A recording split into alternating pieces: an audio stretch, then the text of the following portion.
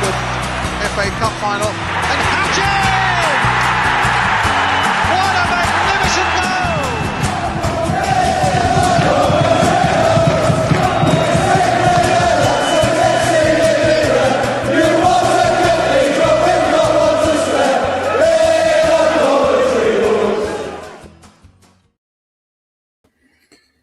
Good evening, everyone, and welcome to Sunday night's All Things Sky Blue live show. We're talking about the fantastic 3-0 win at the Swansea.com stadium. Before we talk more about that, just to get a bit of housekeeping out of the way, our podcast is sponsored by Right Steel Fabrications. For all your fabrication needs across Coventry and the Warwickshire area, we're partnered by the Sky Blue Tavern and Dylan's Brewery, and we've teamed up with the Sports Social Podcast Network. And also, lastly, sponsored by Sky and Friends, Dog Walking and Pet Services. So, yeah, talking about a really, really good win, really good weekend overall for the Sky Blues. 9 points clear of Middlesbrough and 11 clear of Millwall and Ipswich. So everything is gearing up in the right way. Everything's feeling fantastic. So to talk more about tonight's game, we've got Cameron joining, and hopefully Amy Clement will be joining us to talk about the game from the Swansea perspective as well. But first of all, I'm going to bring Cameron on. Hi, Cameron. How are we doing? Yeah, not too bad, mate. Hope you're okay too. And good evening to everybody watching. Yeah, good to have you on. And I see a couple of comments coming, and thanks for that. And keep them coming in. You can obviously, just before I move to talk about the game, please like and subscribe if you can.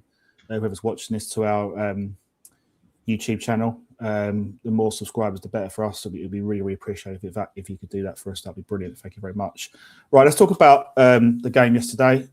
I think before we spoke about the game itself, the day went off to a really good start with the two results, Ipswich and Millwall drawing, and also Middlesbrough drawing as well. It just set us up nicely for the game, knowing that we're going to the game slightly the pressure off. Yeah, absolutely. I watched Ipswich Millwall before I went to watch Hopswood, and it was a fantastic game for the neutral. Ipswich, I think Ipswich they were deserving of a lead at half time as well. Millwall defended and absorbed a lot of pressure. I do think Ipswich were deserving of the lead, but then second half, I think it's a totally different story. Millwall got that equaliser from Coburn, and then as the game progressed, you had a feeling there was going to be a third goal, but it looked more likely that Millwall were going to get that third goal.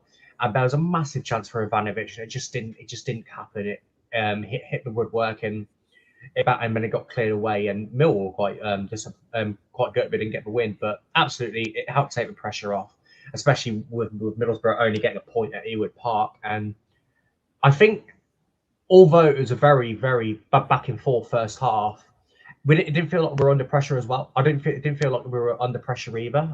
Swansea, we know how good they are at home. They haven't until yesterday. They hadn't lost at home since November.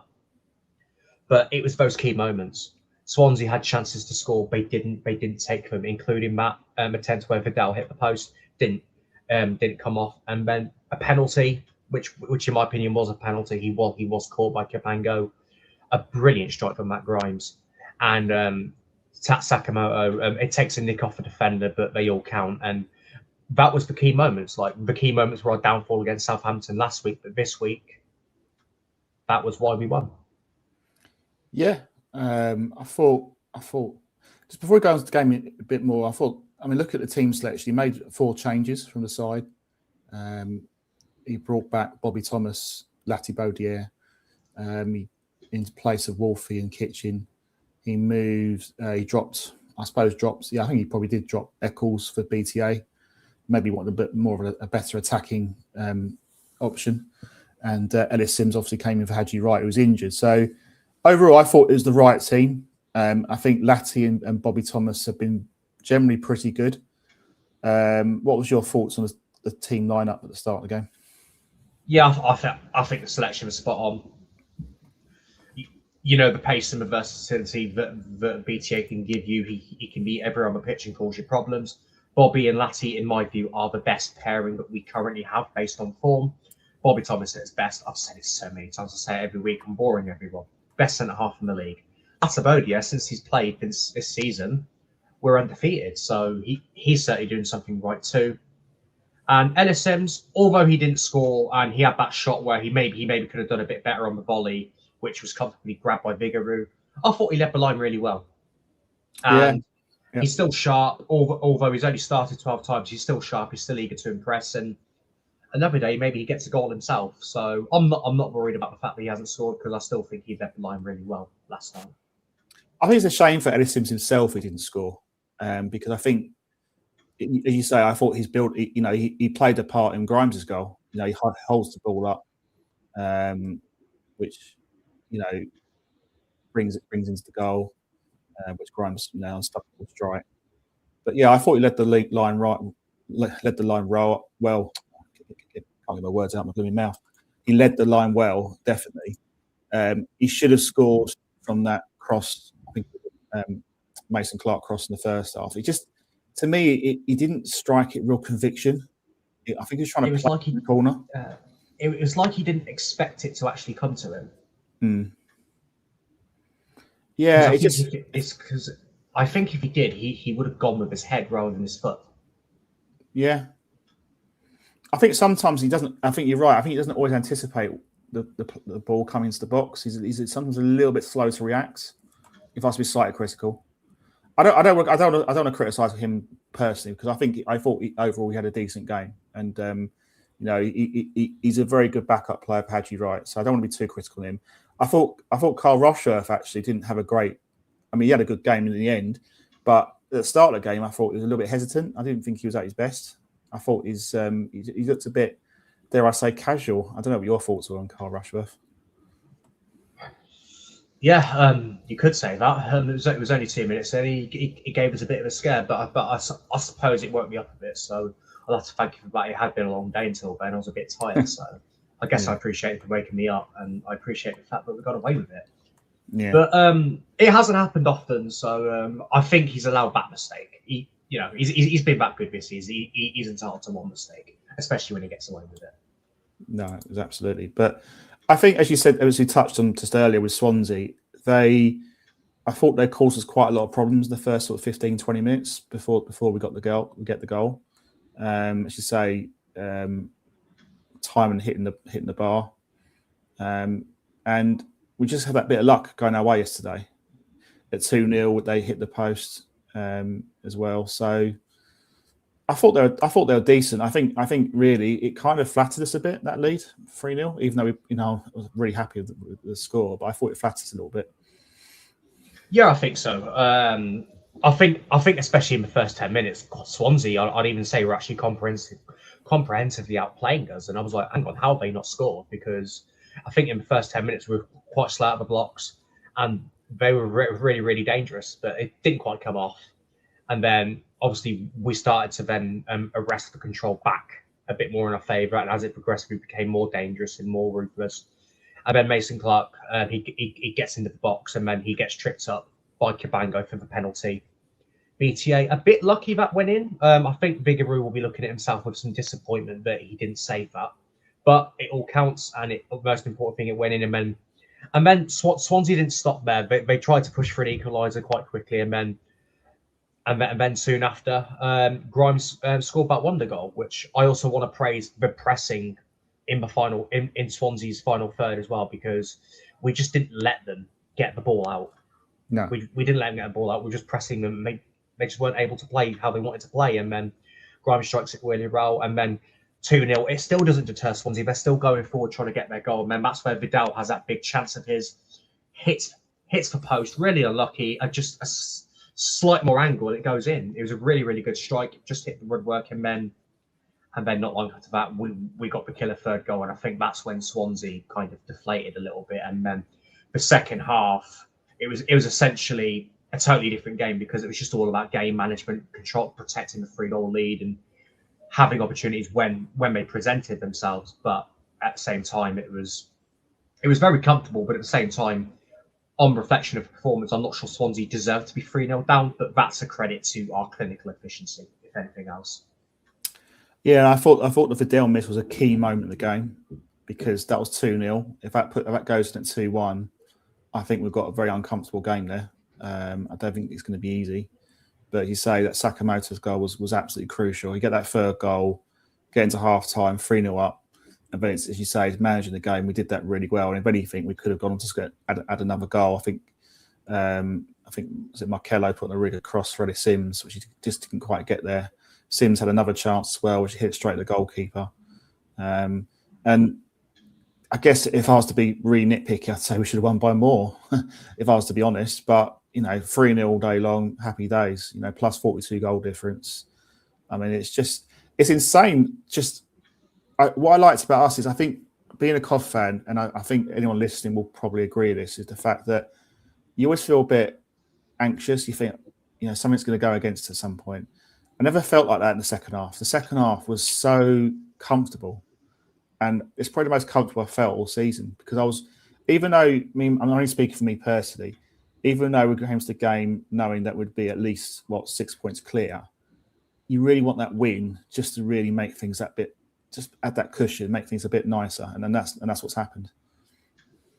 Yeah, absolutely. And I think most importantly, it's the points total as well, because before yesterday's proceedings, we were on 77. We're now on 80. I think psychologically, I said it last week, when you get to the 80-point mark, I think psychologically you get a really positive turn. It's only a difference of 3 points, but you feel like you're much closer to the finish line when you reach that 80-point mark. And now I expect us to now play with that sense of reduced pressure. We still can't get complacent, because if you get too complacent, that can get caught up very, very quickly. But I think there's definitely going to be a lot less pressure on us now. We've got about 80 points. We can just play with a bit more freedom, hopefully, and then just keep doing that, and we should be able to get over the line. Well, I think we only need 11 points to get over the line, isn't it? Now for the remaining 7 games. So it's the odd draw is fine, but obviously I'd like to wrap it up as quickly as possible and then just enjoy the rest of the season, really. Right, I'm just going to get some comments from our audience. Thank you for all your comments, and please keep them coming in. Got one here from Assassins Unite 344. What a chairman, manager, and set of fans we have when we win promotion. This is what we'll sing. Super Lampard is our king. Absolutely, he's doing a brilliant job. Glenn with reference to Grimesy. He's in your head. Assassins Unite 344. Lamp has taken us to a never seen before level from 17th to completely dominating the league in 15 months. Records points and goals for a season. If he keeps us up, he deserves a statue.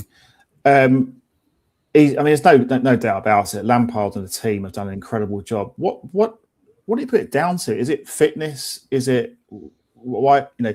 It's an interesting point because Lampard came to the club with us in a fairly low ebb, 17th in the Championship. Things were going pretty pear-shaped under Robbins, and obviously things that he took us to the playoffs last season and obviously didn't make it. But then we're now flying high this season. What do you think? What do you put it down to from what you've seen? I think towards the end of the time Robbins had at Coventry, as great as a job he did, I think that there was this feeling that it began to get a bit stale. Obviously, Viavash had left, Lawrence had left. That certainly wouldn't have helped. But I think it was a case that things had gotten stale, and maybe it was just a time for some freshness. And that's what happened with Frank Lampard. Initially, it was just keeping the basics, stay solid, and then when we get a bit of confidence, go on a run, which is what we ended up doing. And then we've been doing this season, but on a far more consistent basis than last year.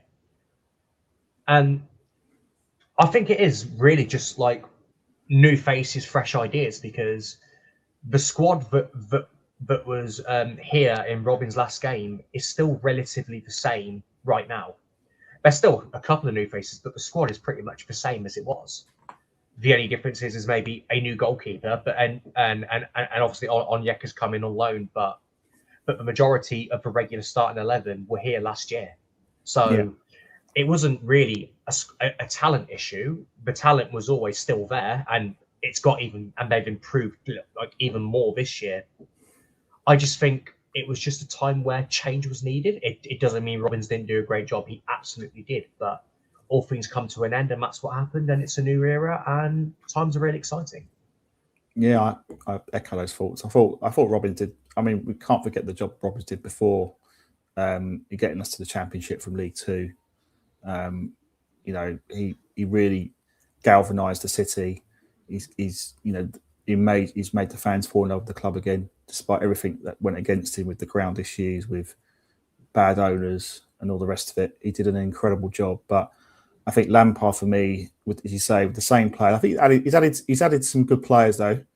I'd say the on loan players have been fantastic. I think the key signing for me is Rushford's been brilliant, but I think Frank the Tank has made a big difference to that midfield as well, because he just takes that pressure off Grimes. He lets Grimes play. I think Onyeka has been a really, really key signing, because when we had that little wobble, sort of December, January time, we were crying out for a player to give Grimes a bit of support, and he's come in and he's done a brilliant job. Absolutely fantastic. I think he's been a big player for us. And I'm hoping that should we go up, which I think we will do, that he'll be one of the first player alongside Rushworth to get signed.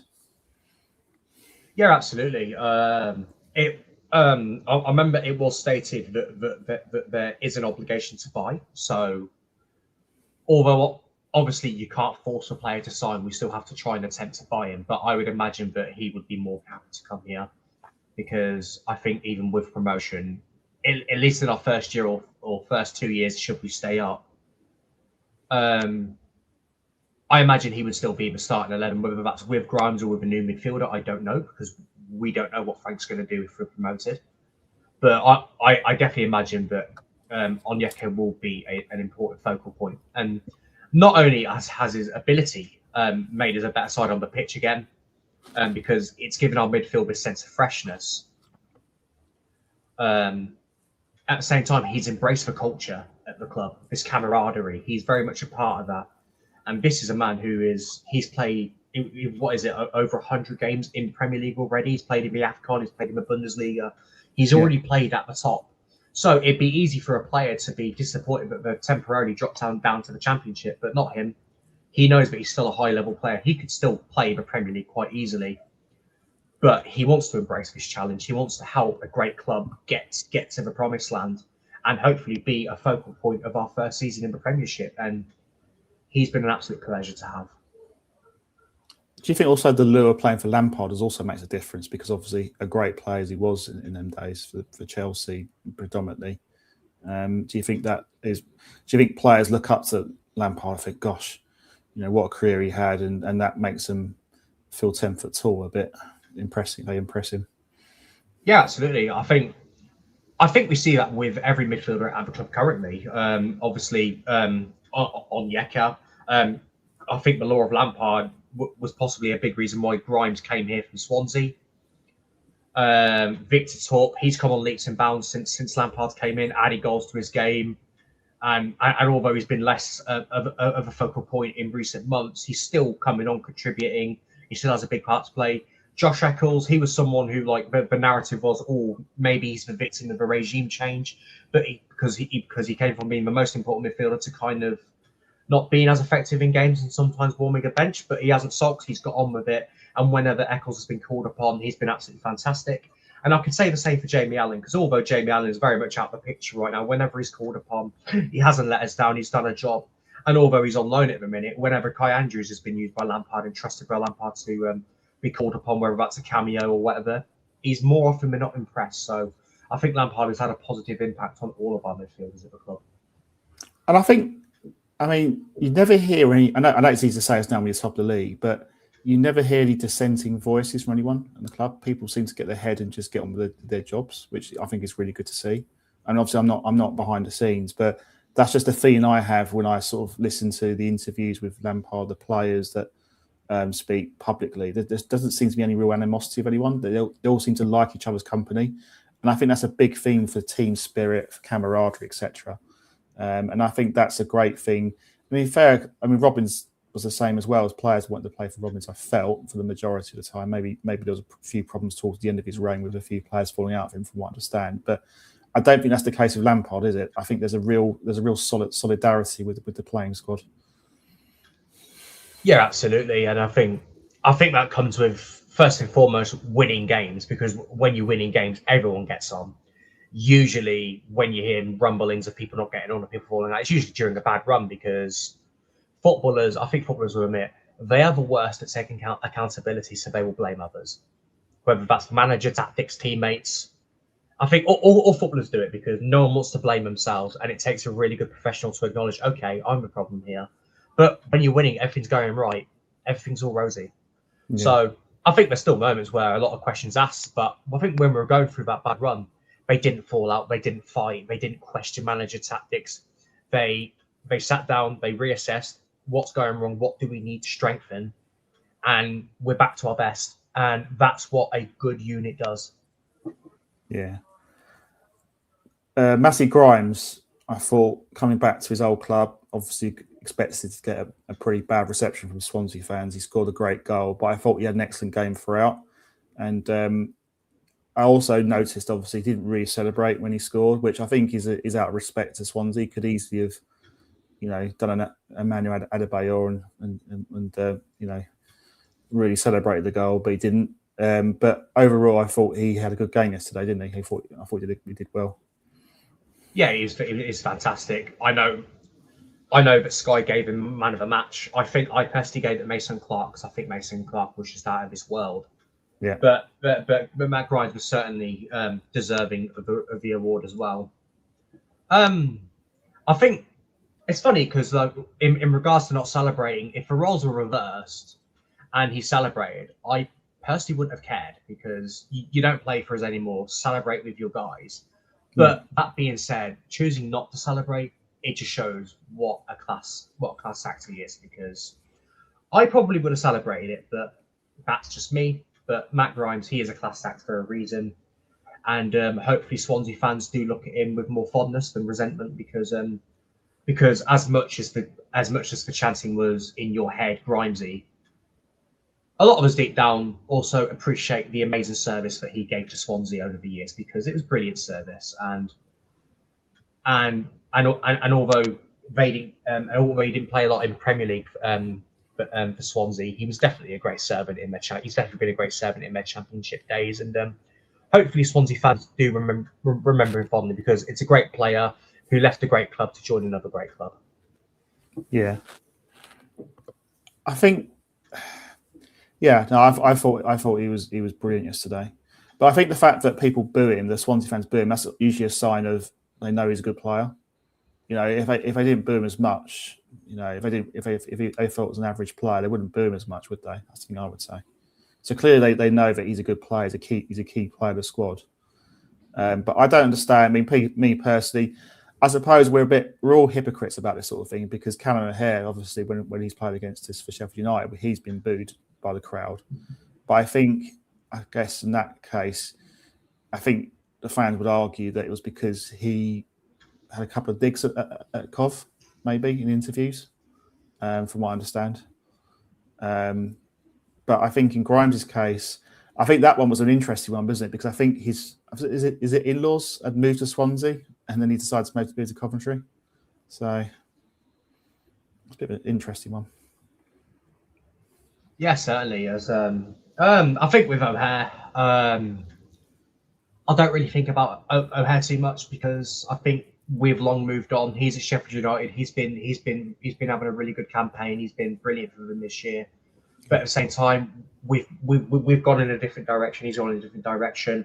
It might have ended a bit sour, but I don't hold any resentment, because I just don't really think about that sort of stuff. It's not like he went and joined a bitter rival from us, and it's like, oh God, he's a traitor.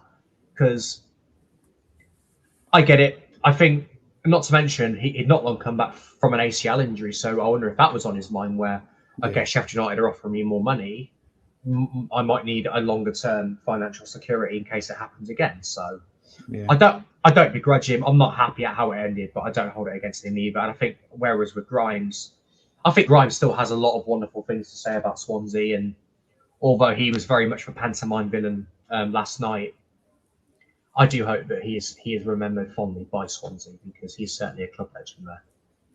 Well, I've got a different perspective. I'm going to introduce you, Cameron. I've got Amy Clement, who's itching to come on to talk about the game. I'm sure she's very excited to talk about it. I can see she's smiling in the background, so I'll bring her on now. Amy, good to have you Hi on. How are we guys, doing? evening. How are you doing? All right. Yeah. Not bad. We're all very Well, happy I'm over sure it. you are. Yeah, Yeah. it's a good time to be a God fan. Yeah. But I was just saying to Cam at the start about I thought Swansea really were very good up until we got the goals. I thought hit the woodwork a couple of times, time and hitting the crossbar. We get a 2-goal lead, and then Vidal hits the post. It just felt like it wasn't going to happen for Swansea, wasn't it? It was that sort of game half where I was very happy to be 3-up, but I felt the lead flatters a bit. How did you feel as a Swansea fan when you watched that game? Yeah, I think I agree in a sense. I think the first half we were very good. I felt confident when the game started. I thought, oh, we're going to get something here. But as you say, it was one of those games that if we had, hit the ball at the goal 20 times, it might have only gone in once. It felt like the goal was never going to come. And I feel like we were doing the right things in the first half. And then, once that first goal goes in for you guys, like you say, I think it's like the attitude completely changed. And I think that that's the difference really between clubs like yourselves sitting at the top of the league to clubs like the Swans we're getting there. We're making progress. I love our new manager. I think the way that he's turned our season around is very, very impressive, and he has us playing some football that I've not seen us play in quite a long time, which is really exciting. But I think that's the difference, that mentality. And once that momentum shifted, I think we really struggled to get back into the game. Yeah, I mean, how does Vitor Matos differ from, say, Alan Sheehan? Is it in terms of the style of football they're playing at Swansea? What was it like under Sheehan? Yeah, so Sheehan obviously started as our interim manager. So kind of that classic thing of we were obviously had Russell Martin and Luke Williams, and Alan Sheehan dipped in between both of them. And that was a very possession-based style, but not with much intensity. It was quite slow. And we would literally pass people to death at times. It was one of those sorts of styles. But Matos' style is a bit more aggressive. Our press is better. We're way more energetic on and off the ball.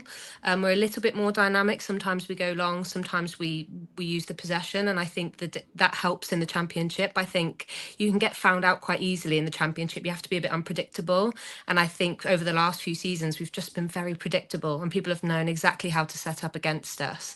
But I was that classic fan. I was so concerned when I saw his name come up. I thought, who? And you just think, really? And then it didn't take me long to be convinced that it's nice to have somebody, with a bit of gumption and a bit of oomph. And I think we need some more players. I think it's becoming quite clear. You all know you can only do a certain amount with the players that you've got. But I think another season, I'm quite excited about what we could possibly do. Well, one good news for Swansea is Vipotnik has signed a contract recently. I think he didn't have his best game yesterday. He missed a chance right at death, which obviously wouldn't have made a massive difference. But how impressed has he been? How good has he been for Swansea this season? He's top incredible. goals. Yeah, I think when you see those stats and you think, oh, that's our player. He's really come into his own. I think in classic like Championship fashion, like it doesn't always happen in the first season, and maybe even in the second. I think it is a different sort of league, and it was that bye where you think, oh God, is this going to work out? And then obviously, I think it was last season he scored an unbelievable goal. I think it was against Derby, and I remember thinking, okay, he can hit them. He's in there. But obviously, if you have a look at his goals from the season, they're all different. Like they're all different. Like if you have a look at the free kick he scored a few weeks ago, it's absolutely unbelievable. Like he's just got a lot on his locker. But like you say, he went a bit missing yesterday, which is a little bit of a concern. But I always think that happens when a player signs a new contract and there's quite a lot of buzz around them, and then they come out with a stinker. But a brilliant player. I'm sure any Championship club would be quite happy to have him. And obviously there was interest from Premier League clubs in January, I believe, or before I think it was West Ham. But it'd be interesting to see what happens, whether he stays or whether it means we'll cash in for him. Either way, it's positive from the club, so good signs. Yeah, well, hopefully we'll get a couple in against Middlesbrough. So I will be a Swansea fan. We'll do our best. We'll do our best. Yeah. What are your thoughts on obviously Matty Grimes? Obviously disappointing obviously a lot of Swansea fans disappointed that obviously went to us and obviously got a lovely reception and all the rest of it. What's your thoughts about Grimes? Do you think disappointment from your point of view? It's such a talking point, isn't it? At the moment, I feel like every time I open up my social media, there's something going on about Matt Grimes, and obviously, it was a big thing. Sorry, my little one's not very happy today, maybe because not happy his result. mummy's team lost yesterday and daddy's team lost today. Oh, the Arsenal, yeah, exactly. Arsenal had an awful game today. But yeah, I think it was. Bear 1 second. Let me get him. All right, yeah. I'll just take Amy off and bring her back on in a minute. Yeah, I just feel on cloud nine about UK at the moment. It's a great feeling, isn't it? Absolutely. I think the weird thing is, and I've never been used to us being consistent. Like, I've seen us have good squads, but they were almost never consistent. Yeah. It's like, I remember years ago, 17-18 season, on its day, we could beat anybody in League Two, but we were like sixth in the table just because we were so inconsistent. Yeah. I think the only season maybe is the 19-20 season where I think we're. Yeah. Oh. I think your line's gone a little bit, Cameron. It feels good we've got the side in the league, and it's. Is it all good now? Yeah, no, you're fine. You carry on. Yeah. Okay. But it feels like there's no stopping us. Obviously, a lot can change, but right now, I can't see anyone who's going to stop us, and that is a very good level of confidence to have. It's ruthlessness. I know, Amy, we spoke a little bit on social media today about the fact that we weren't at our best, but we got the goals, and that's what the best teams do. It's about clinicalness, and I've seen it myself when we played Premier League sides in cup competitions, and they just stroll about, and then they just get 2 or 3 goals all over, and then just stroll, and then just take their foot off the gas, and that's it. But just go back to Grimesy, Amy. What was your thoughts about him leaving and the receptions you're getting from Swansea fans? Obviously, got a lovely reception generally. I mean, obviously, when it first happened, it genuinely was such a shock. I really don't think anyone expected it to happen. Like you say, he signed a contract extension, and then in a January when we did need him, everyone keeps saying we really needed him at that point, and he was our captain. I think, as much as people are saying he can move, he can do what he wants, I appreciate that, but obviously the kind of messaging we were given was not of that he was keen to leave or looking for a move or all of that kind of stuff. And whilst I do think deep down most people appreciate the position that you guys are in, I would say you're maybe a couple of seasons ahead of us in terms of that kind of build and that kind of progression and back up into the Premier League. But I think it's a hard one because I actually felt a bit I was a bit touched yesterday when he didn't celebrate and wouldn't at the end as well, because I genuinely think Swansea's such a big part of his life. This is the main chunk of his career and his family living there and all that kind of stuff, his kids being born there. And I think that people do forget about that kind of side of football, that they do have lives and all of that kind of stuff. And it's actually quite rare to come across players that stay at clubs for that long of a time, I feel, especially this day and age where people just seem to move around so much. But I was really angry when it happened. I remember just thinking, I hate football. How can someone, of this stature in this club do this? And I think I saw something online just about he had that sort of legend status. He was he would have gone down as a Swansea legend, having, stayed and or, sort of moved on in a sort of better fashion. I don't know how it all happened. You never know. What was the first? How did that come about? We don't know these things. We don't know what the agents know. We don't know what the kind of clubs are talking about and how long for. But the reception, I mean, it's always going to happen, isn't it? I think if anyone puts themselves in the same position, a lot of football fans would react the same. They'd boo him, and I think people do respect what he's done for us, but. And down the line, people will look back and it will be I think it will be a softer reaction. But I think for now it does seem quite triggering. Quite raw. I think it's fair, Cam. I mean, we've had the same thing with Callum O'Hare. They went to Sheffield United. Sure. We've given dogs abuse, although Gus Hamer less so. And I think it's just real fickle, you know. I mean, I'll be honest, I don't know what you can, but I thought when we were linked with Grimes at the time, I thought this has got to be a hoax because I just couldn't see him going to us. Because really at that time, it wasn't, we weren't where we are now. I think we were kind of we've always been a sort of top half side pushing for playoffs. Yeah, last few years I think it's been pretty good. Yeah. It felt to me like it was a real statement signing, and the fact that there was a bit of a meltdown from Swansea fans was a good thing for me as a COV fan because I looked at it and thought, you know what, we've got a real player here. Yeah, and so consistent, as I'm sure you're now aware, like incredibly consistent. He was a little bit, there were seasons where we did feel he was slowing our play down, especially with that sort of possession-based football, but he's obviously slotted into your squad so well, and I don't think anyone can say that he's not, you know, he's we've always said that we think he's Premier League quality, so it's just a case of like whether he's at the right point in his career and will stay on with you guys when that undoubtedly happens. Yeah, well, I mean, what's he, 32 now, I think. So I think he'll probably have another maybe 4 or 5 years, I'd imagine, at the top. Yeah, he's always looked at, you know, in terms of injuries as well, in his tenure with us. Like he was playing so many minutes all the time and keeping up. And I'm sure he's played the most minutes for you guys as well. But he's one of those players that I remember when Swansea came to the CBS, and I look at the team sheet, we're up against Grimes today. Yeah. For F's sake kind of thing. I know he's going to score, he's going to create a chance, he's going to do something. So to have him on our team was like, wow, I'm really happy with this, because to me it made me think he was a piece of the jigsaw we needed to be where we are right now as a football club. A club that you know, we're a few wins away from being a Premier League football club, and he's been a massive part in that, you know. Yeah. Incredible. I mean, the move for him personally was obviously the right choice. I just, you know, I think, as you say, fans are fickle and get hurt by things, and I think that's just football, isn't it? It is football.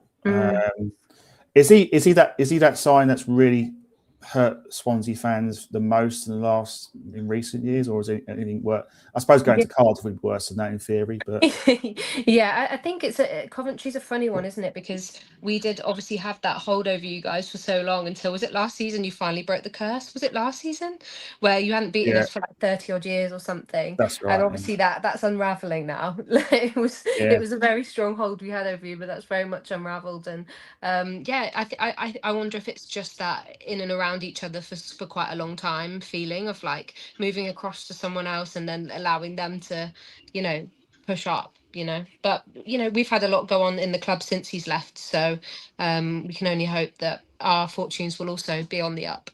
Yeah, so obviously go on, Cam. I think the moral of the story here is, if you can't beat them, sign their captain. Exactly. Well, it's worked out well, hasn't it? To be honest with you, our record against most teams in white, I mean, we still haven't beaten Preston, for example, since 1854. You know, it feels like, no, I'm joking. I'm just making up a date, but I don't remember a time we've ever been. We might have beaten. Have we beaten Preston recently? Deep. When was the last time we won there, Cameron? You might know this one. I was a baby. Oh, okay, fine. You won't remember it then. No, but no, I mean, yeah, you just go back. Swansea was a place we've always. I think it's 1980. I want to say it was something like that. Yeah, a long time. Yeah. Anyone listening might clarify. That'd be great. But I think it's around that sort of time. And we won there last season by a couple of goals to nil, and yeah, we've won again. But look, I think, as I say, going back to yesterday, I think what I'd say on Swansea's side, I think there are some green shoots there of a potentially good season next year. I think this season's really just about maybe finishing off strongly, maybe try and get a top half finish. But I think Matos seems to be a good coach, and I think he just needs a bit of time and support now, doesn't he? Definitely. I think that's exactly it. He obviously came in and has taken over a team, and we're now finding out the weak spots. I feel we definitely need some new wingers. We're just not strong enough through the wings, and then potentially, you know, a centre back and some other options. Well, midfield, we've got some fantastic players. I'm sure, as you mentioned, Woodell. He's one that's been really used by Matos. Who wasn't kind of, when he came in, he didn't get used very often, but he's started to bring out some really good things in a lot of the players. Which is really exciting. So yeah, it'd be interesting to see what we can do in the summer if we're able to really build on this kind of like, you know, I am feeling positive about it. So it'd be interesting to see if we can add to it and really go for it next season. But you know what the Championship's like. You've been here long enough as well. It's just crazy, isn't it? Well, you might be playing. might be playing Tottenham next year at this rate. So So. yeah. I think your partner will be very excited about that potentially. I'm thrilled. He'll be absolutely coming for Swans away day at the Spurs. Yeah, definitely. Yeah. What was I going to say? Yeah, I think there's definitely green shoots there. And I saw the game against Wrexham. I thought Swansea played good football. Really good football inside.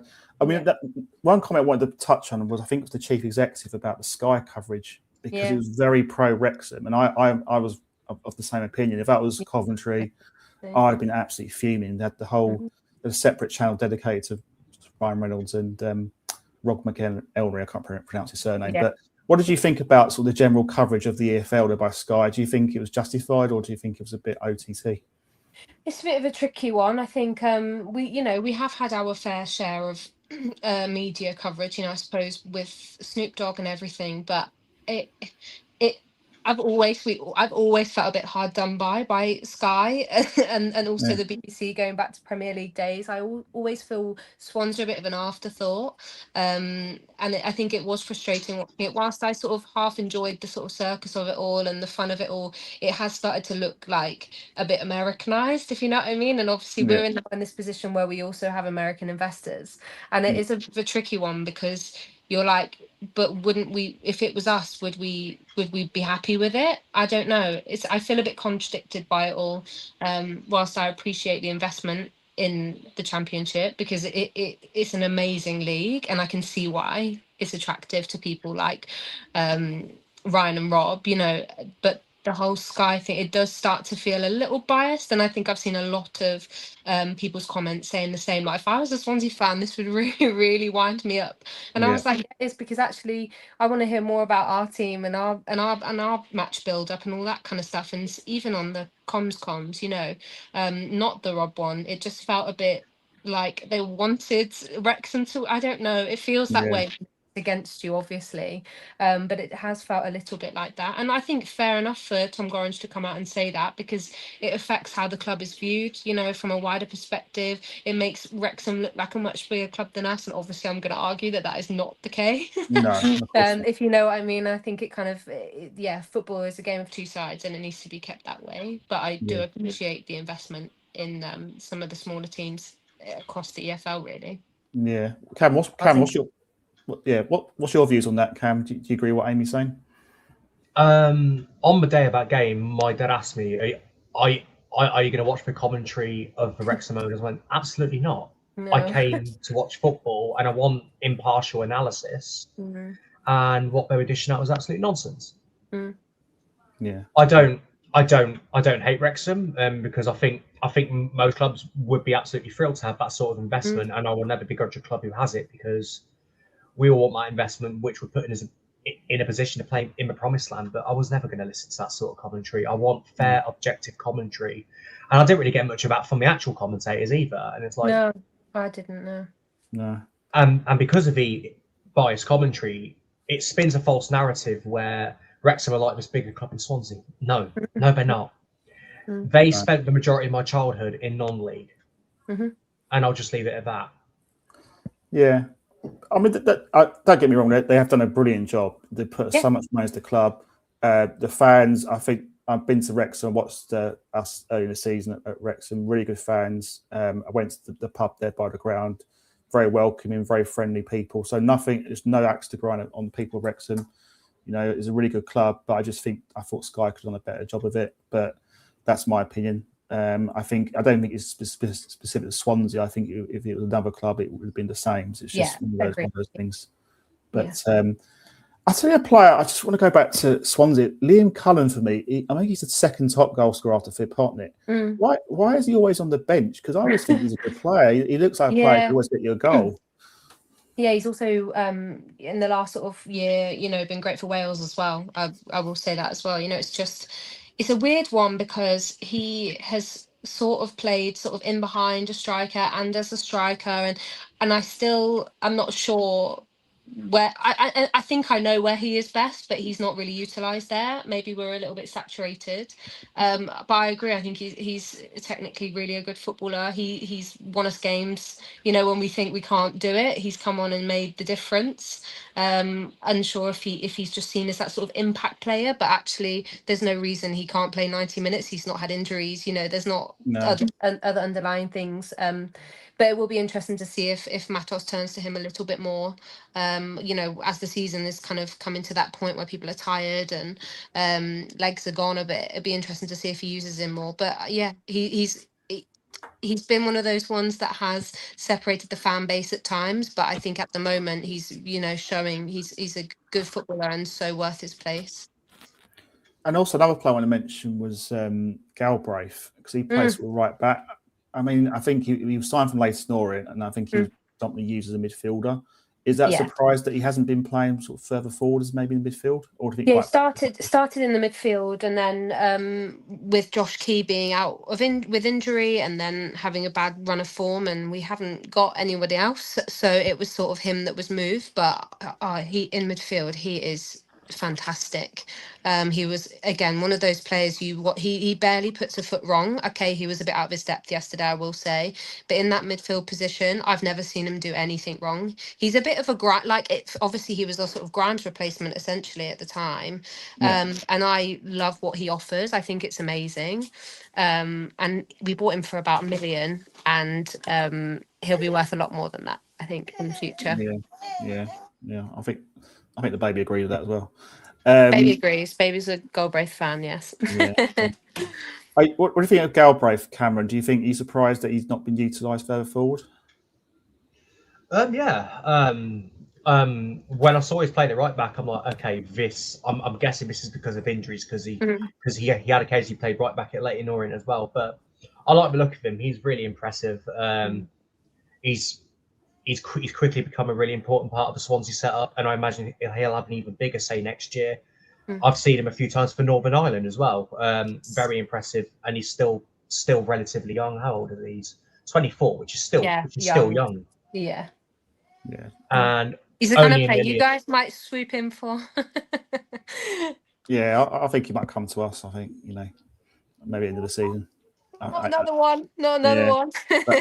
That face told 1,000 stories there. So yeah, I'm sure. Right, let's get a few comments in from our esteemed audience. Assassins Unite says order the champagne.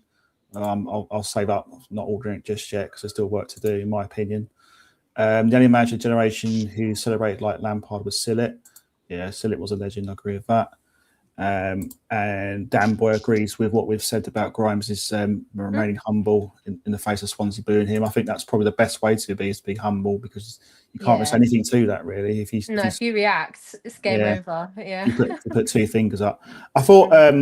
What was your thoughts on the penalty incident on Mason Clark in the first half? Do you think? I mean, I think Cabango knows he's done wrong there. You look at his body language. His body language tells me that he knows he's done wrong. It wasn't much, you could say, but he has kicked him in the shin, and I think that for me was a penalty. But obviously, I'm going to say it must go with tinted glasses on. But from the white tinted glasses perspective, what was your thoughts? Yeah, in the moment, I thought, as you say, I saw his face and I thought, oh no, and then I've seen it back and I'm kind of thinking, you go, it was a little soft. I mean, obviously, white tinted glasses over here, but a little soft for me. I do think he was on his way down, and I think that the contact sort of happened after the kind of he was on his way down, but I don't think he was on his way down because of contact. Is where I'm going to, but it will. Always cause kind of a conflict there. Yeah, I think it's one of those ones where I think Cabango was stupid for doing what he did because he gave a referee decision to make. I think that's the thing. I think if he just stood up and he didn't make the challenge, we had a similar incident, Cam, I think in the Sheffield United game where Bobby Thomas, I think it was Fraser Campbell, and he did the similar thing, but we got away with it. From what I remember of it, so it could have gone either way. But I thought he got that one right, in my opinion. I think in most fine margin decisions, I think how you act after the incident is also important. I think you need to sell okay, you've clearly done it. The referee's undecided. Just be the best liar that you can be.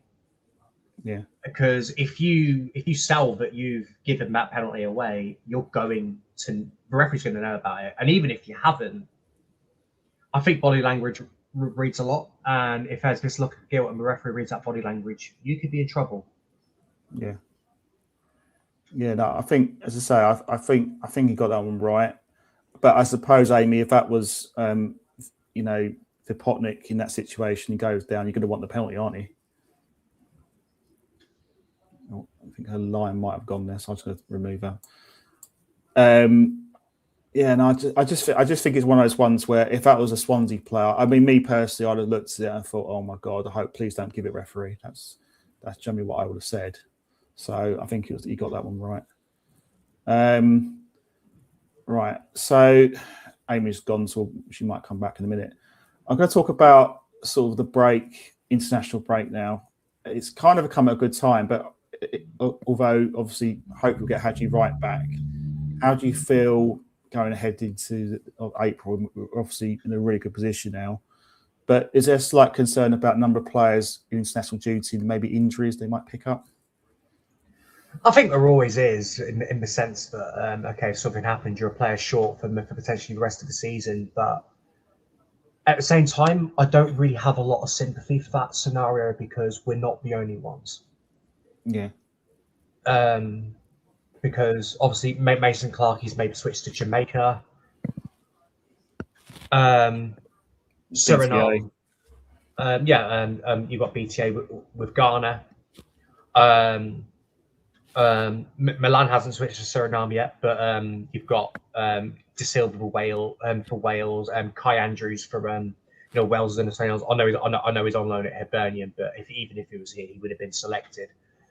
So you have Onyeka for Nigeria, Yang for South Korea's under-23 side, SA for England's under-21s. Yeah, there's a fair few who are going to be away on international duty, but it's the same for most clubs in this league. So I think you've just got to get on with it and hope they come out okay. Hopefully they impress for their nations because it is World Cup season. And if their nations are in the World Cup, it'd be nice to see Sky Blue representatives. But at the same time, don't get injured. But like I said, it's like a parent who worries about their child going out on their own in the big wild world. But just remember, they'll be fine. Yeah, Got to let them stand on their own 2 feet. And some reassuring message here from Assassin United that's saying that Rudy and Wright should be back for Derby. So that is a massive plus if that is definitely going to happen. Amy's left, so her phone has died, so she won't be coming on, but she's appreciated coming on and she enjoyed the chat. So it's been an absolute joy having Amy too. I think getting Amy on here has been a major coup, impeccable football knowledge, and it was an absolute joy to have you on. So hopefully sometime down the road we have you on again. Yeah, absolutely. Well, it may not be next season possibly, but we'll see. Okay, so I think the last question I'm going to say is, are we going up? Yes. Champions, next question, or not champions? Champions. Yeah. I think we can get, I want to say maximum 101 points from the remaining 7 games. So, 21 points to 101. If you used to give me an exact points total now, what do you think we'll get? I'm not going to put a number on it just because we don't know. But I think the 90s is more than doable. Yeah. And I've also got Loan Watch as well to conclude with. Oh, I've completely forgot that. Yeah. Cameron, over to you. We'll finish off with a Loan Watch. Raphael played before 90 midweek as Wigan drew 1-1 with Barnsley after they went down to 10 men. But they returned to winning ways yesterday as they beat Exeter 2-0. Raphael played before 90 in both. Brad Collins completed the full 90 midweek and yesterday as they lost 2-1 midweek to Reading, but they returned to winning ways, beating Bradford 2-1. Isaac Moore completed the full 90 midweek as he scored a second goal for Solihull Moors, but it only finished 1-1. Then he played 79 minutes for Solihull as they lost 3-0 to Halifax. Callum Perry played before 90 midweek, and yesterday he suffered his first loss at Rochdale midweek as they lost 3-2 against an impressive Southend side, but returned to winning ways as they beat Tamworth 3-2. Rochdale lead York by 2 points with 7 games to go. Aidan Dalsh returned from injury to play the final 28 minutes for Scunthorpe as they beat Truro 2-1 midweek. Benny played the final 31 yesterday as Scunthorpe beat Braintree 3-2. Harvey Broad played the final 3 minutes midweek as Dagenham beat Banbury 3-2 in Lee Bradbury's final game in charge of the Daggers after he was sacked in place for Andy Carroll. Harvey Broad then played the full night in Andy Carroll's first game in charge as they beat Torquay 1-0. Kai Yearn completed the final 27 minutes for Chesham midweek as they lost 2-1 to Totton.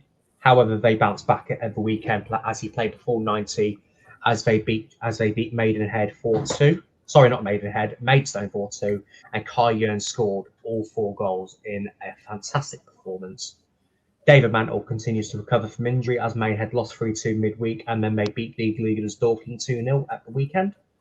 Greg Sandiford played the full 90 for Bedford Town as they lost 3-0 to Buxton in a game which saw Bedford reduced to 9 men. Riley Siddle completed 80 minutes for Gloucester City as he scored the second goal for Gloucester in the game, but they lost 3-2 to Uxbridge. Mackenzie Stretton played the same game, making his first start as he made the full 90. Josh Talawaju returned to action for Stratford as he come on in the 80th minute as the Bards beat Stourbridge 3-0.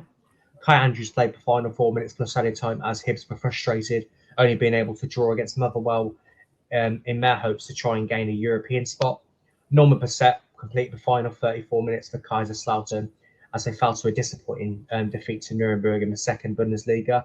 It finished 3-0, but I'm going to end with some final Lone Watch international news as Greg Sandiford's efforts for Bedford have been rewarded as he's been called up to represent Grenada in the upcoming FIFA series, which is a series of friendlies. Grenada travelled to Rwanda, which they play the opening game against Rwanda, and they play the winner or loser depending on their result, and that will be against Kenya or Estonia. So sides play at least 2 games, and Kai Andrews has been called up to represent the Welsh under-21 side as they play Belarus under-21 at home and Denmark under-21 at home, which is obviously a big week for his country as they've got Bosnia and Herzegovina. It's a shame Amy couldn't stay, but I can imagine that Amy's definitely very excited. And for what it's worth, I actually back Wales to qualify in that. And finally, undoubtedly, the Lone Watch Star of the Week is Kai Yearn just for his 4 goals against Maidstone. A fantastic performance. Yeah, that's really encouraging to see. And obviously, that they were a team we played a couple of years back in the FA Cup as well. So, yeah, really good to see. Cameron, it's been a pleasure having you on tonight. Thank you for your time. Thanks, everyone, for watching. Thank you, Amy, for hearing as a Swansea guest. I really appreciate your time to come on tonight. And yeah, thank you, everyone. Really pleased where we're on the league. Things are going the right direction. I feel like Premier League football is on its way to us. We've just got to hold our nerve now. Probably need about maybe another 4 wins. Will definitely get us over the line. So keep the faith. Let's keep backing the lads, and I'm sure we're going to do that. We're going to go up. So before I say good nights, everyone, just a recap of our sponsors. We're sponsored by Right Steel Fabrications for all our fabrication needs across Coventry and the Warwickshire area. You can also find us obviously on our All Things Sky Blue on X, Facebook, TikTok, Instagram, and YouTube. Sponsored by Right Steel Fabrications, as I mentioned. We're also partnered by the Sky Blue Tavern and the Anecdotes, and we're also teamed up with the Sports Social Podcast Network, and also sponsored by Sky and Friends Dog Walking and Pet Services. Thanks, everyone, again. We'll probably not have a show next week. We'll have a break, but we do have any shows. We will let you know in due course, but we're probably likely not to have a show next week. And then we'll look to, obviously, the following week, we'll be doing previews of our upcoming games against Derby and Hull. Thanks, everyone. Play up Sky Blues, and we'll speak to you soon. I wish you a good night.